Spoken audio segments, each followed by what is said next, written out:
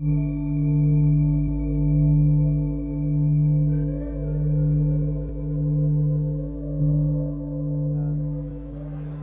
practicing a lot, and someone said, you know, if you want to get more flexible, you might want to stop lifting weights so much, and so that way, you know, you're not so sort of puffy. And I was like, oh. So that was the first time I heard the message that could be an inside job, you know, and maybe there was something to this yoga that comes from the inside, more from the spirit than from looking good on the outside. I didn't like that message so much. It was really challenging for me to hear because that was how I got attention, that was how I got love, that was how I got money, and that's how I got food and shelter and clothing. So all the things that we think we need in life to feel good about ourselves or to achieve or feel successful came from how my body looked and how that people use and abuse and how I used and abused my body. So I took that leap of faith and stopped lifting weights so much and started practicing more yoga and started taking some workshops and things that were more spirit-oriented that felt right for me, although still scary. And I started doing more and I started doing more. And then all of a sudden this shift started happening. And the shift for me was, I was this not so important sales guy at a bank with aircraft and aircraft engines and things. How I used to use and let others use me, that's how I was using my customers and working for the bank. And that was a huge awakening for me. I didn't care about these people. All I wanted was their money. All I wanted was the deal. I just wanted to win the deal, and the message from up top was, we don't care what you do or how you do it, get that deal. Get that deal, get that deal.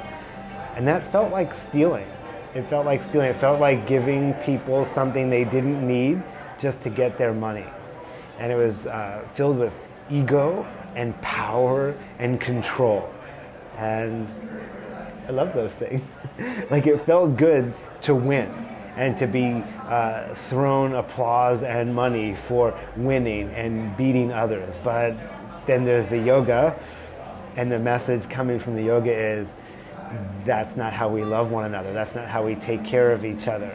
And there is a different way. And that became my practice, to seek out what is the different way. So the different way for me was to take about 18 months to plan my departure from that job. And that was scary too, because corporate America doesn't like that so much, and sometimes they will just sort of take you and push you out the door before you're ready. So I left that job, went and did a teacher training with Anna Forrest down in Los Angeles. And I didn't know. People say, oh, you wanted to teach, you knew you wanted to teach, but I don't remember those feelings or making that statement or knowing that my interest was that high. I just went because I had some money at the time and it felt like a good investment to immerse in the yoga. Halfway through the training, I knew that I wanted to at least try teaching. By the time I got back from the training, I was on fire. I was like, I just wanted to teach. So I came back, started teaching 6 a.m. classes, and the rest isn't history. The rest is my present. It's what's going on for me in my life. I started teaching, I started subbing a lot, I started connecting, I really started immersing in my home practice because I was teaching so much right away and subbing so much that I was getting bored quickly. And I remember Anna saying, if you're boring yourself, you're definitely boring your students. So that got me into my home practice so I can try different things and explore.